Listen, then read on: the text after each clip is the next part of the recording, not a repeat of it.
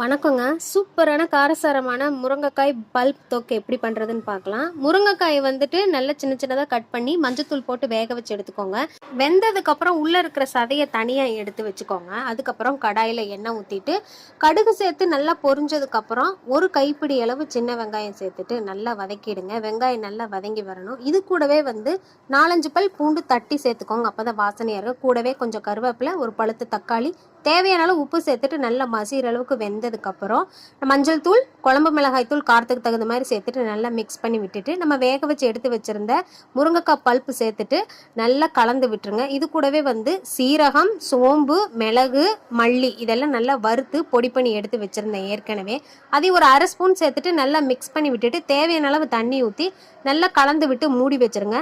தண்ணியெல்லாம் நல்லா வற்றி தொக்கு பதம் வந்த உடனே அடுப்பு ஆஃப் பண்ணிவிட்டு கொத்தமல்லி இலை தூவி இறக்கிடுங்க. சூப்பரான முருங்கைக்காய் பல்ப் தொக்கு ரெடி.